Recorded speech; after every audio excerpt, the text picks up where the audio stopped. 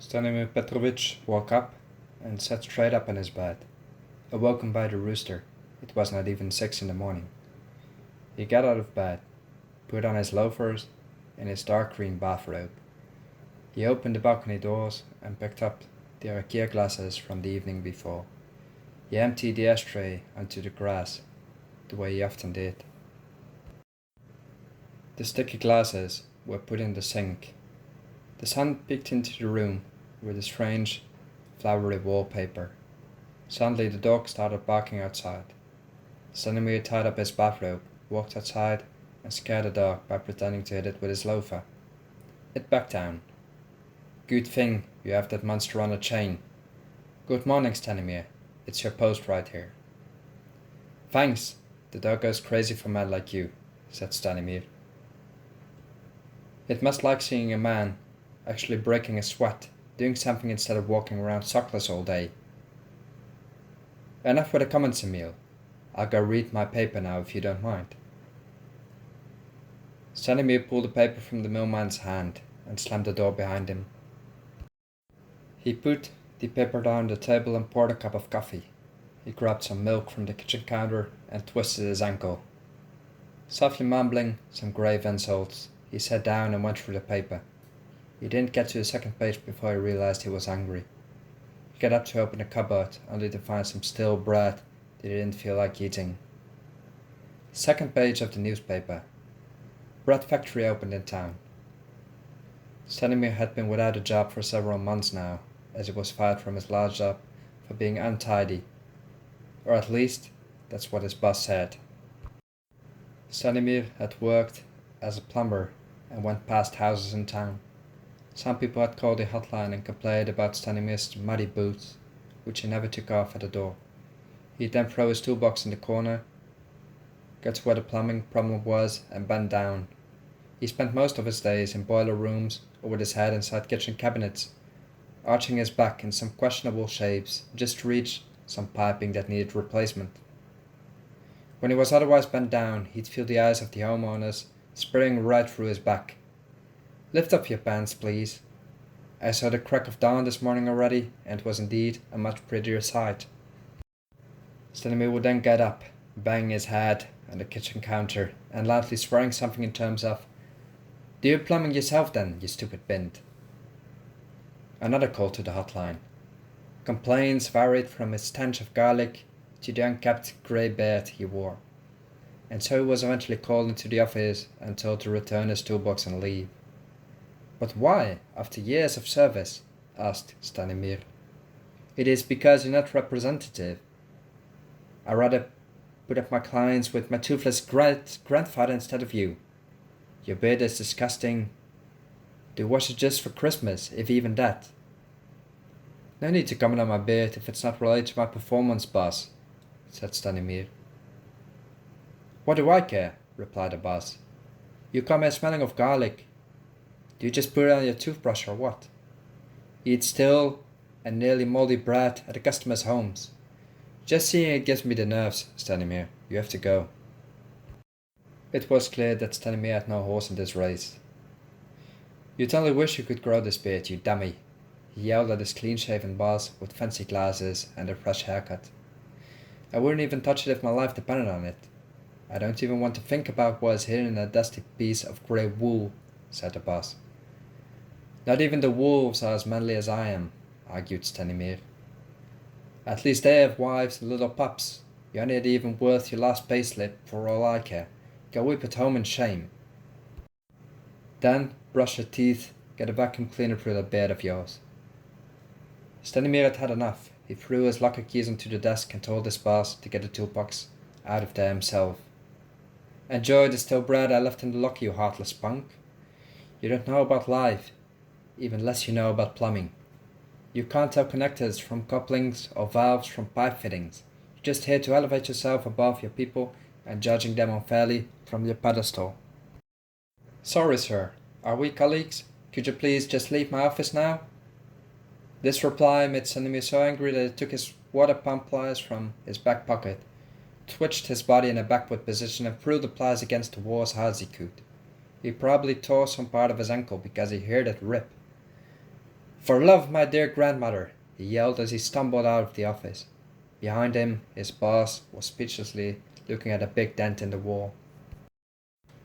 So either way, after reading about the bread factory in his paper, Stanimir thought he might have a chance to land a job again, only if he wouldn't come across such a boss. He decided to trim his beard, first with a pair of scissors and then with his electronic shaver. The battery had gone flat. Stanimir didn't mind and left his beard as it was, partly cut and very asymmetrical.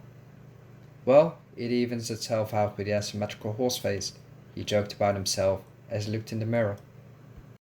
He put on his worker jacket and slammed the door behind him.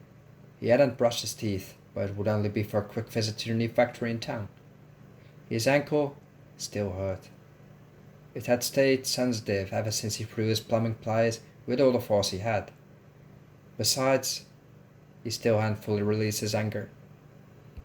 A dog followed him down the street. What a strange breed, said Stanimir. He kneeled down and the dog came towards him. It started licking the beard, but a ball of hair got stuck on its tongue. It ran away crying. Next time Stanimir cut his beard, he'd wash it.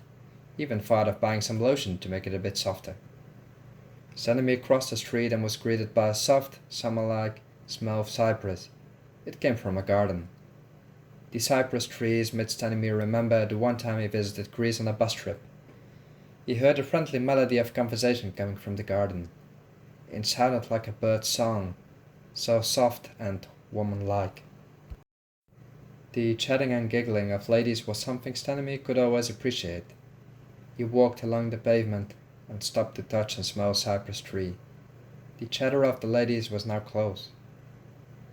Stanimir stood still and listened. Through the leaves he saw the ladies were having tea.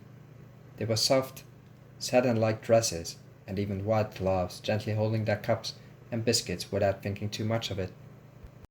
"Excuse me, ladies," he said through the bushes. 6 concerned eyes looked at Stanimir. Silence, not a word. "You can't use our bathroom, sir, if that's what you want. We're 3 ladies and don't want more company," said a lady with a blue satin dress, blow-dried blonde hair, and red lipstick. "Cool it. I just want to know where the new bread factory is. I'm an honest man looking for a job, nothing more." "Anna Pavlovich, doesn't your husband own that new factory?" "The one on the other side of town." The woman, Anna Pavlovich, with a southern appearance and a pointy nose, hastily grabbed into her purse. She seemed a bit nervous. "Well, yes, but he is selective about who he hires, you know."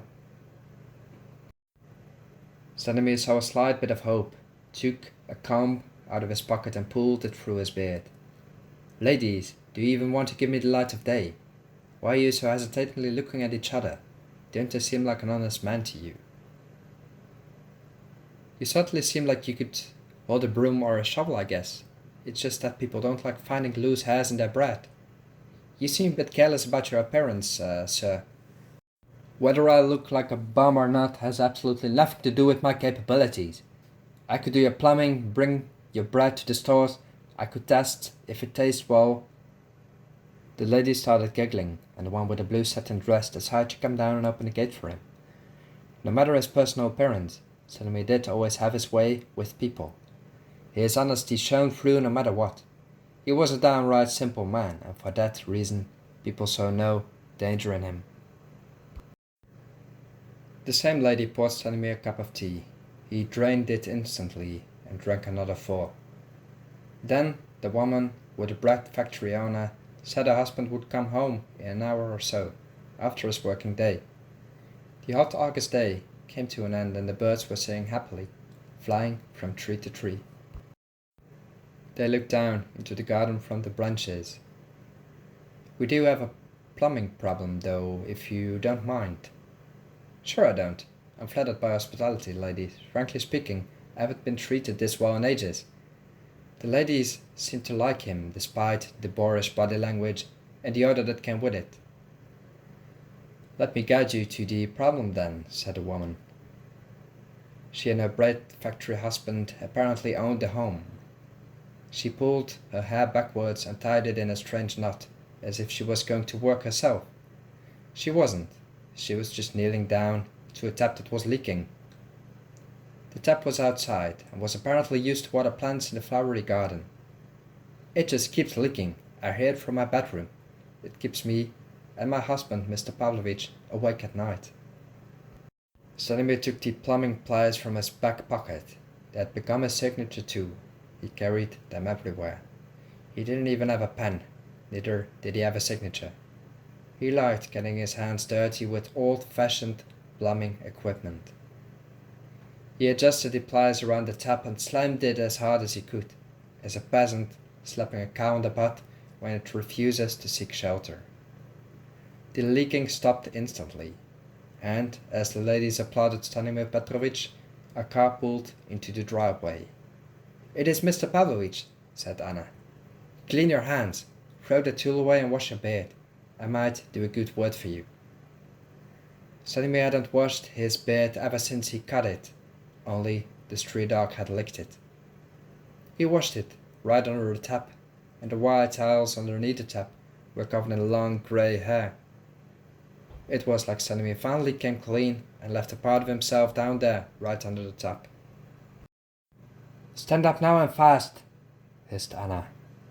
Stanimir jumped up and turned around in one and the same movement and splashed the remains of water from his beard right into the suit of Mr. Pavlovich, who had just walked into the garden. The ladies all covered their faces in shame of what an unmannered man they had invited into this garden. "I just fixed your tap, Mr. Pavlovich. I am Stanimir, and I can work for you." With a rough handshake, and Mr. Pavlovich visibly hurt because of it, they looked each other right in the eyes. "I see a bony and poor man with an oral health which is just at least as poor. But I see a man with honest eyes. I could use a man fixing things in my factory. You can start tomorrow. Now take these muddy shoes from my white towels and do report at 8 a.m. "Yes, Mr. Pavlovich. I will even be there at 4 if you want me to." "Do you have any more plumbing issues in your house that I can take care of?" "No, but if anything gets clogged, you are the man," said Mr. Pavlovich. The ladies giggled, and the birds in the trees seemed to do the same. Stanimir walked home as the sun set.